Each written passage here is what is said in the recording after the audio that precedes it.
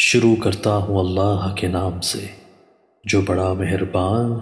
اور نہایت رحم کرنے والا ہے۔ حضرت ابو ہریرہ رضی اللہ تعالیٰ عنہ بیان کرتے ہیں، رسول اللہ صلی اللہ علیہ وآلہ وسلم نے فرمایا، ایسے فتنوں کے آنے سے پہلے نیک اعمال کرنے میں جلدی کر لو جو تاریک رات کے ٹکڑوں کی طرح ہوں گے۔ آدمی صبح کے وقت مومن ہوگا تو شام کے وقت کافر، جبکہ شام کے وقت مومن ہوگا تو صبح کے وقت کافر۔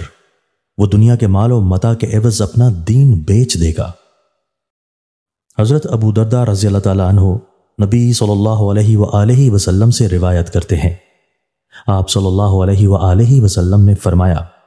روز قیامت مومن کی میزان میں حسن خلق سے زیادہ بھاری چیز کوئی نہیں رکھی جائے گی،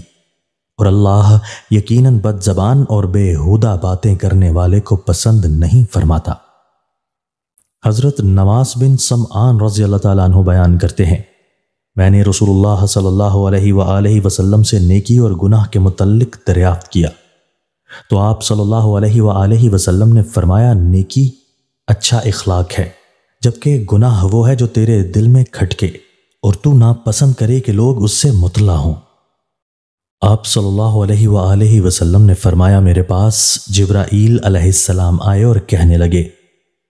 اے محمد صلی اللہ علیہ وآلہ وسلم، جب تک چاہو زندہ رہو، بالآخر آپ نے مرنا ہے، جسے چاہیں پسند کر لیں، بالآخر اس سے جدا ہونا ہے، جو چاہو عمل کرو کیونکہ تمہیں اس کا بدلہ دیا جانا ہے۔ جان لیجئے کہ مومن کا شرف اس کا رات کا قیام ہے اور اس کی عزت لوگوں سے مستغنا ہونے میں ہے۔ حضرت ثوبان رضی اللہ تعالیٰ عنہ سے مروی ہے کہ رسول اللہ صلی اللہ علیہ وآلہ وسلم نے فرمایا، جس شخص کے جسم سے روح اس حال میں نکلی کہ وہ 3 چیزوں سے بری تھا تو وہ جنت میں داخل ہوگا، تکبر، قرض اور خیانت۔